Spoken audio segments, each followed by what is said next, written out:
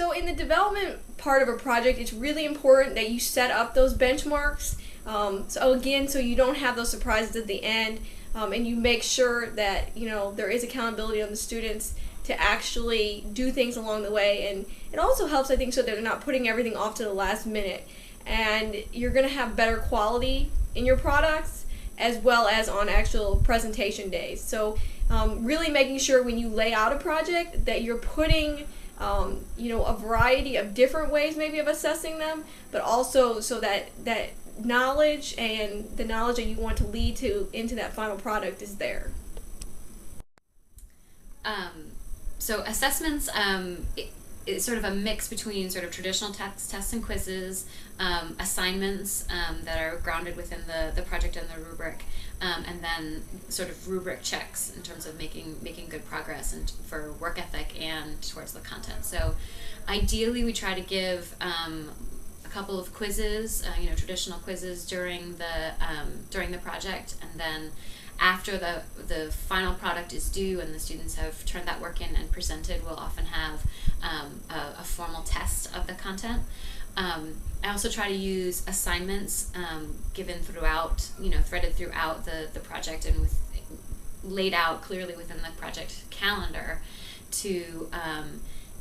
sort of as breadcrumbs of the content. So, the things that I know that I want them to be able to do and express in the context of the project and as part of the final product. We'll have assignments embedded that get them to answer those questions. So in designing the formative and summative assessments for my project, I make sure that for my freshman students that I had this year that I provide plenty of structure, and I want to have plenty of formative assessments in there so that I can track their progress throughout the project. When I'm looking at a calendar, I like to have at least three grades in my grade book for each week at a minimum.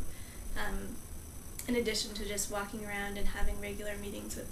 the teams to make sure that they are on track, because I don't want to just have that summative project be their main grade without having given them lots of feedback as far as how they're doing as they worked up towards that. And also, I do smaller assessments too, things like quizzes, small 1 to 2 day activities, and just verbal check-ins and giving them a work ethic grade on that, just to check their progress. But I really like to have I love the summative assessments, and I like kind of smaller assessments throughout the project that are still project-based. They've still put a couple days of work into them, but I think that's the best way that you can assess student work. Best relates to the real world. My background as an engineer, working for 7 years before starting to teach. It's all about those products and what they can create and what they can do with their team, so that's my favorite way to assess them. After you've created the rubrics or come up with the idea for the project, know what topics you're going to be covering, and then you now have already written all the rubrics, then you write a calendar. Again, that's the most important, and along the way you need to prepare the students for the end of the project assessment, which will be a summative assessment. But during it, we've done a lot of variety of assessments. Which, like our summative assessments are very much